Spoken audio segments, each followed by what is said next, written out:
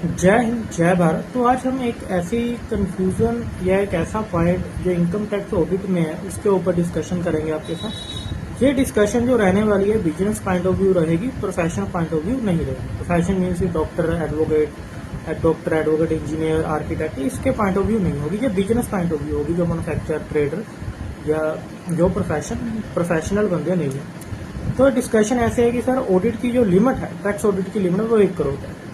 ये 1 करोड़ की लिमिट 10 करोड़ बन जाएगी अगर आपकी टोटल रिसीट और जो कैश रिसीट है उसका 5% तक है, टोटल पेमेंट और कैश पेमेंट जो है उसका 5% तक है। मतलब आपने दोनों कंडीशन फुलफिल कर दी तो आपकी जो ऑडिट की लिमिट रहने वाली है 10 करोड़ रहने वाली है। इट मीन्स कि 10 करोड़ तक आपको ऑडिट करवाने की जरूरत नहीं है।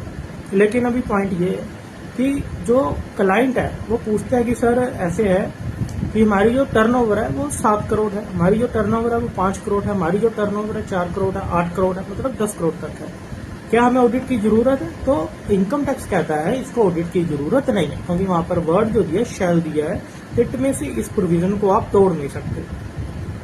दूसरा सर, अगर प्रोविजन तोड़ नहीं सकते इट मीन टैक्स ऑडिट की जरूरत नहीं है। लेकिन दूसरी साइड क्लाइंट जो कहता है, सासी कहता है कि हमने लोन लिए हुए हैं या लोन लेने हैं, लिमिट चल रही है, तो इस केस में क्या होता है कि बैंक वाले ऑडिटेड बैलेंस शीट मांगते हैं, जिसमें फॉर्म 3CD 3CA 3C ये वाला लगाओ, 3CD 5 लगाओ, 3CB 3CD लगाओ।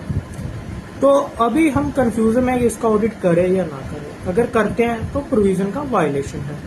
और हमारा ICAI जो है वो भी कहता है कि इसका ऑडिट नहीं होना चाहिए। वो कैसे कहता है, आप गाइडेंस नोट देखोगे तो वहां से अगर प्रोविजन ही कहती है तो गाइडेंस नोट में तो अल्टीमेट आएगा ही कि आप ऑडिट नहीं कर सकते। लेकिन इंस्टीट्यूट को इसके ऊपर क्लैरिफिकेशन देनी चाहिए। उसका रीजन मैं आपको बताता हूँ। कस्टमर इस वजह से, क्लाइंट इस वजह से टूट जाता है हमसे, क्योंकि यंग चार्टर्ड अकाउंटेंट है, सभी के साथ हुआ होगा।